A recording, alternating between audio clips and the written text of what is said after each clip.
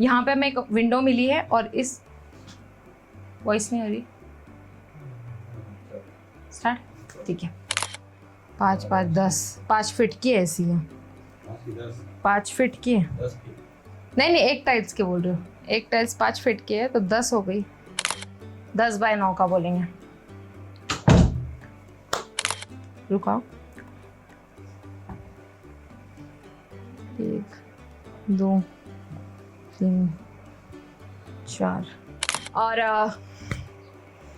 180 बराबर बोला ना मैंने, हाँ बराबर।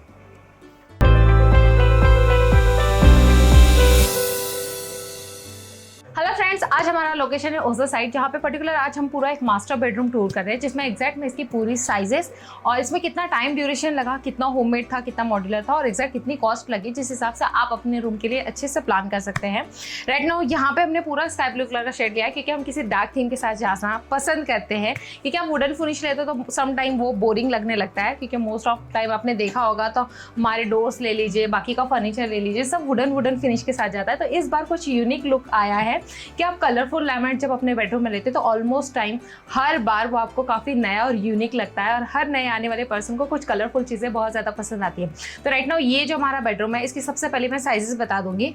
जो हमारा बेडरूम का एक्चुअल साइज है वो है ऐसा 10 फीट है और ऐसा ये 9 फीट है। यहाँ पे हमारा बेडरूम का एंट्रेंस है, देन यहाँ पे हमें एक अच्छी सी प्यारी सी विंडो मिली है और विंडो की आगे की तरफ से 7 इंच की हमें खिड़की मिली है, जिसपे रात के वक्त हम अपना जो भी सामान है रख सकते हैं या फिर नॉर्मल ऑर्गेनाइज के लिए भी सामान रख सकते हैं। ये कंस्ट्रक्शन के वक्त प्लान किया जाता है। और यहाँ पे हमारा अटैच बालकनी काफ़ी ज़्यादा स्पेशियस है, बहुत अच्छी है, काफ़ी बड़ी है। फिलहाल धूप है तो मैं आपको विजिट नहीं कराऊंगी, क्योंकि नासिक में अभी फिलहाल राइट नाउ बहुत ज़्यादा गर्मी है।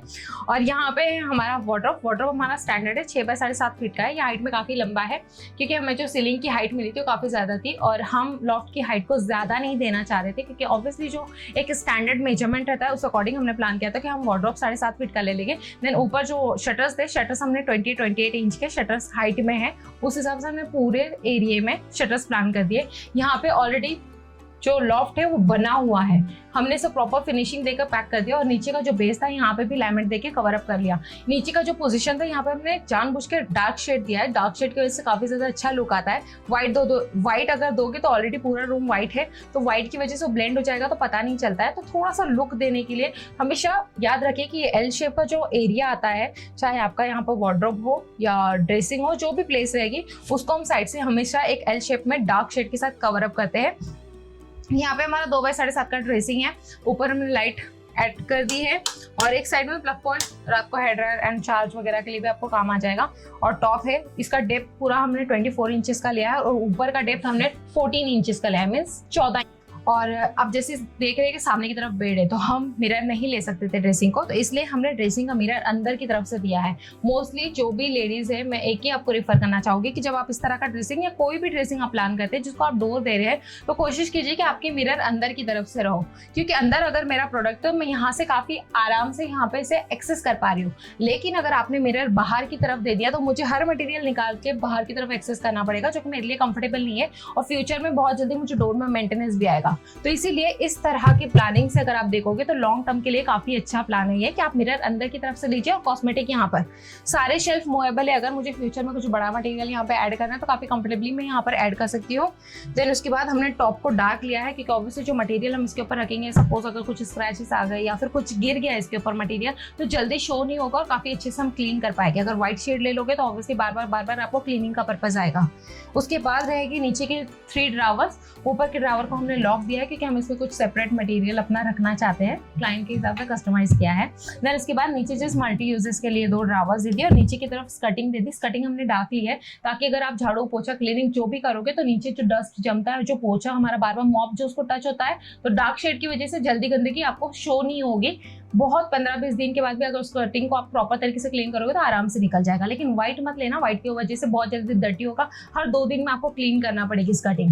देन उसके बाद हमारा वार्डरोब वाले सेक्शन को हमने 3D में बहुत अच्छा प्लान किया था। हम पहले प्लान कर रहे थे कि हम पूरे टी-पट्टी के साथ जाएंगे, बट हमने कुछ यूनिक सोचा कि ना 2 कॉम्बिनेशन को एक मर्ज करके सेक्शन क्रिएट किया जाए, क्योंकि वैसे भी हमारा जो थीम था वो ब्लैक एंड गोल्ड या रोज गोल्ड की फिनिशिंग में जाना चाहिए था, तो हमने फाइनली गोल्ड फिनिश कंप्लीट किया।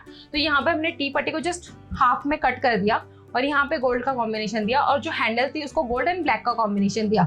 बाकी के आप जितने भी हैंडल्स देखोगे सब ब्लैक थीम के साथ उसको कंटिन्यू किया, क्योंकि स्काई ब्लू के शेड के ऊपर ब्लैक चीज बहुत ज्यादा अच्छी और बहुत ज्यादा हाईलाइट होती है, तो ये कॉम्बिनेशन क्रिएट किया। फिर उसके बाद हमने स्काई ब्लू के साथ व्हाइट का कॉम्बिनेशन क्रिएट किया लैमिनेट के साथ। तो यहाँ पे जो व्हाइट वाला है ये हमारा स्पार्कल है और स्क्रैच प्रूफ वाला लैमिनेट है। ये बहुत ज्यादा एक्स्ट्रा हाई ग्लोसी जब आप इसको लाइव देखते हो तो, क्योंकि कैमरे में ऑब्वियसली ये चीजें नहीं समझ में आएगी, जब लाइव आप देखते हो तो काफी अच्छा समझ में आता है। अगर आप नासिक या ओझर के लोकेशन में है तो आप डायरेक्टली आके फर्नीचर को लाइव विजिट कर सकते हैं हमारी तरफ से। देन इसके बाद ये कॉम्बिनेशन को देखने के बाद बीच में हमने लॉक दे दिया कि एक लॉक पे आप दोनों डोर को ऑपरेट कर सकते हैं, एक ही टाइम पे दोनों लॉक को लॉक कर सकते हैं। उसके बाद अभी फिलहाल क्योंकि क्लाइंट अभी जस्ट पूरा सामान अरेंज कर रहे हैं तो काफी ज्यादा बिखरा हुआ है, तो मैं पूरा नहीं ओपन करूंगी, जस्ट थोड़ा सा। देन उसके बाद वार्डरोब के नीचे भी आप स्कर्टिंग देख रहे हैं, तो स्कर्टिंग हमने लगभग 3 इंच की दी है, वो कंफर्टेबल रहती है। यहाँ पे भी डार्क दे दिया, जैसे मैंने बताया क्लीनिंग का पर्पस हमारा क्लियर हो जाएगा। देन उसके बाद हमारा बेड है, बेड हमने 6x6.5 का बेड लिया है। बैक साइड पे बैकरेस्ट को थोड़ा सा 4-5 इंच हमने थोड़ा बड़ा कर दिया, जो स्टैंडर्ड रहता है उससे। हम चाह रहे थे कि ये जो टॉप था विंडो का उसी को हम टच टू टच ले लेंगे। उसको टच लेने के बाद हमने पीछे बैकरेस्ट ऑर्गेनाइज कर दिया और काफी सिंपल और डिसेंट लुक का लिया है। आप देख रहे हैं इसके ऊपर हमने वेलवेट वाला फैब्रिक यूज किया और जस्ट लाइनिंग्स में उसके डिजाइन दिया है, तो लुक वाइज बहुत प्रिटी लग रहा है, बहुत अच्छा लग रहा है। देन उसके बाद दोनों साइड पर साइड टेबल ले लिया। अब मैं बताती हूँ, जो आपने ये वाला वार्डरोब वाला पूरा सेक्शन देखा, ये हमने पूरा होममेड में किया, क्योंकि इसके पीछे बहुत ज्यादा खटकी आती है, जो कि मॉड्यूलर में प्रॉपर हमें जिस तरह से फिनिशिंग चाहिए थी वो हम नहीं दे पाते, काफी ज्यादा गैप हमको क्रिएट हो रहे थे, तो हमने यहाँ पे पूरा वर्क होममेड में किया। देन ये वाला पूरा वर्क हमने मॉड्यूलर में किया, ये पूरा फैक्ट्री से बन के आया, जस्ट 1 डे में इसको असेंबल कर दिया। तो हमारा बेड और दोनों साइड टेबल मूवेबल है। फ्यूचर में अगर हमें लगे तो हम इसको शिफ्ट करवा सकते हैं, मगर ये वाला नहीं करवा सकते, ये फिक्स अपनी जगह में। तो राइट नाउ अभी हमारा ऐसा कोई प्लान है, क्योंकि काफी अच्छा रू हाउस अभी जस्ट बनाया है, पूरे 5 BHK वाला ये पूरा एक बंगलो है, बंगलो ही बोलेंगे हम इसे। तो यहाँ पे दोनों साइड टेबल ले ले। दोनों साइड टेबल के अगर मैं साइजेस बताऊँ तो 20-20 इंच का ये गैप था, तो 20 इंच का साइड टेबल है, और डेप्थ में 18 इंच का है। वहाँ पे भी सेम है, 20 इंच का चौड़ाई है और डेप्थ में 18 इंच लिया है। दोनों को 2-2 ड्रावर दे दिया। रात के वक्त आपने मेडिसिन, न्यूज़पेपर जो भी आपको रखना है आप आराम से उसका यूटिलाइज कर सकते हैं। दोनों साइड पे स्विच पॉइंट है, दोनों साइड पे आप अपने मोबाइल्स, लैंप जो लगाना है वो लगा सकते हैं आप चार्ज के लिए। फिर उसके बाद मैं एक बार एक्सेस करके दिखा देती हूँ आपको बेड। काफी कंफर्टेबल है, घर का कोई भी मेंबर आराम से इस मैट्रेस को, इस बेड को एक्सेस कर सकता है। अंदर आप देख रहे हैं बहुत ज्यादा स्टोरेज मिल जाता है, पूरा बॉक्स मिल जाता है आपको 6x6.5 का। इसके अंदर आप जितना चाहे उतना, लाइक यहाँ पे अभी जितना भी आप मटेरियल देख रहे हैं, मुझे तो ऐसा लग रहा है ये सब कुछ ठंडी के हिसाब से यूज होने वाले मटेरियल्स अभी राइट नाउ इसमें रखे गए हैं। तो इस हिसाब से आप अपने जो भी कंफर्टेबल मटेरियल्स आप अंदर स्टोर करना चाहते हैं आप आराम से रख सकते हैं। तो फाइनली अगर मैं साइजेस आपको एक्सप्लेन कर दूं, जैसे मैंने साइड टेबल का साइज बता दिया, बेड का बता दिया, वार्डरोब का बता दिया, ड्रेसिंग का बता दिया, लॉफ्ट की भी बता दी। और फाइनली अगर मैं इसका टाइम ड्यूरेशन की बात करूँ तो जो होममेड वाला वक्त था ये हमने 8 दिन में फिनिश किया। ऑब्वियसली क्लाइंट को बहुत ज्यादा अर्जेंट था, और जो ये था इसको हमने 1 डे में ही फिनिश किया, जब इसका काम चल रहा था उसी वक्त। तो लगभग पूरे 10 to 12 डेज में ये पूरा वर्क कंप्लीट हुआ था। लास्ट की फिनिशिंग टचअप पकड़ के भी 10-12 डेज ही उसके अंदर इंक्लूड है। फाइनली अगर मैं कॉस्ट की बात करूँगी तो पूरा बेडरूम 1,80,000 में कंप्लीट हुआ है।